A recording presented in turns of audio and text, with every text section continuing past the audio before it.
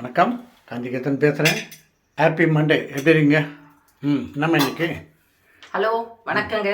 எல்லாருக்கும் happy Monday.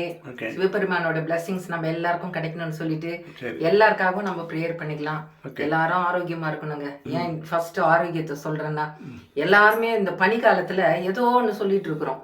நானும் தான் சொல்லிட்டு இருக்கிறேன். அதனால எல்லாரும் ஆரோக்கியமா இருக்கணும். இன்னைக்கு பிறந்த நாள் கொண்டாடுற பிள்ளைங்களுக்கும், திருமண நாள் கொண்டாடுறவங்களுக்கும், வேலைக்காக ட்ரை பண்றவங்களுக்கும், படிக்கிற பிள்ளைங்கள்லாம் நல்ல மார்க் எடுத்து பாஸ் பண்ணணும்னு சொல்லிட்டு எல்லாருக்காகவும் நம்ம ப்ரேயர் பண்ணிக்கலாம். எங்களுக்காக நீங்களும், உங்களுக்காக நாங்களும் ப்ரேயர் பண்ணிக்கலாம். ஓகே. கல்யாணம் ஆகாதவங்களுக்கு திருமண வரம் தேர்வங்க நல்லா வரணும் அமைட்டும். ஓகேவா? ஸ்வீட். அப்புறம் இந்த மாதிரி சொன்னால கோல்டு தாங்க நம்மளுக்கு பிடிக்கும். ஆனால் அது வாங்க முடியல. கோல்டு அது பிடிக்கட்டுமே, அதை நம்ம வரவேற்போம்.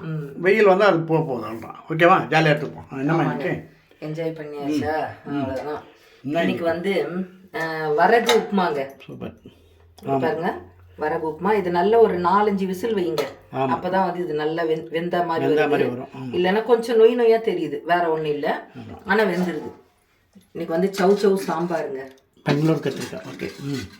சூப்பர். பெங்களூர் கத்திரிக்காய் சாம்பார் வச்சுட்டு உருளைக்கிழங்க குட்டி குட்டி பீஸா போட்டு நல்லா டீப் ஃப்ரை பண்ணி வச்சிருக்கிறேங்க. தண்ணியே ஊத்தாமையே டீப் ஃப்ரை பண்ணியிருக்கேன். தக்காளி ரசங்க. எஸ். ஓகேங்களா? நீங்களும் நம்ம ஸ்வீட்டாக ஷார்ட்டாக ஸ்மார்ட்டாக செய்யுங்க. சூடாக சாப்பிடுங்க மத்தியானத்தில் அப்படின்னு. அப்புறம் நேற்று நாங்கள் ஒரு கேபுக்காருக்கு நாங்கள் கண்டிப்பாக ஒரு பாராட்டு தெரிவிச்சாகணும். ஏன்னா செங்கல்பட்டு காஞ்சிபுரம் வந்தோம். சில பேர் என்ன பண்ணுங்க, அதில் ஒரு ரேட் கேட்டால் எக்ஸ்ட்ரா 500 கேட்குறாங்க, 400 கேட்குறாங்க. ஒவ்வொருத்தர் நான் திரும்பி வரும்போது தனியாக வரணுன்றாங்க.